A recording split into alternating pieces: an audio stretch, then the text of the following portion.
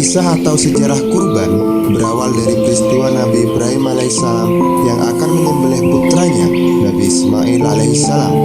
Kemudian Nabi Muhammad SAW menganjurkan umat Islam untuk menyembelih kurban di hari raya haji atau hari raya Idul Adha atas perintah Allah Subhanahu wa Ta'ala. Berikut ini sejarah awal mula kurban dimulai, yang berawal dari kisah Nabi Ibrahim alaihissalam dan Nabi Ismail alaihissalam. Tapi sebelum lanjut, jangan lupa klik subscribe, like, dan lonceng notifikasi kalian untuk mendukung channel ini agar terus bisa menyiarkan syiar Islam. Telah dikisahkan bahwa Nabi Ibrahim tidak memiliki seorang anak hingga di masa tuanya. Lalu beliau berdoa kepada Allah Subhanahu wa Ta'ala, "Ya Tuhanku, anugerahkanlah kepadaku seorang anak yang termasuk orang-orang yang soleh." Dan kemudian akhirnya Allah menganugerahinya seorang anak laki-laki yang tampan yang bernama Ismail bin Ibrahim. Nabi Ismail pun tumbuh menjadi anak yang soleh hingga pada suatu hari ayahnya Nabi Ibrahim alaihissalam datang menjumpainya, sebagaimana yang dikisahkan dalam Al-Quran. Nabi Ibrahim berkata, "Hei anakku, sesungguhnya aku melihat dalam mimpi bahwa aku menyembelihmu, maka fikirkanlah apa pendapatmu." Nabi Ismail pun menjawab, "Wahai ayahku, kerjakanlah apa yang diperintahkan kepadamu.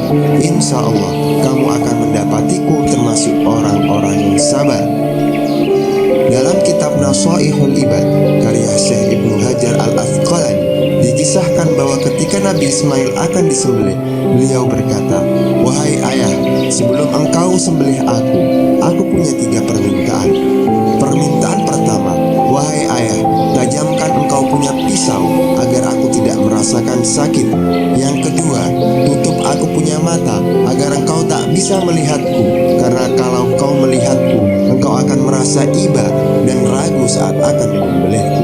Dan yang terakhir, wahai ayah, tolong copot bajuku. Jangan sampai nanti darah ini mengenai bajuku, sehingga nanti ketika ibu melihatnya, ibu akan sedih melihat baju yang ada bekas darahku."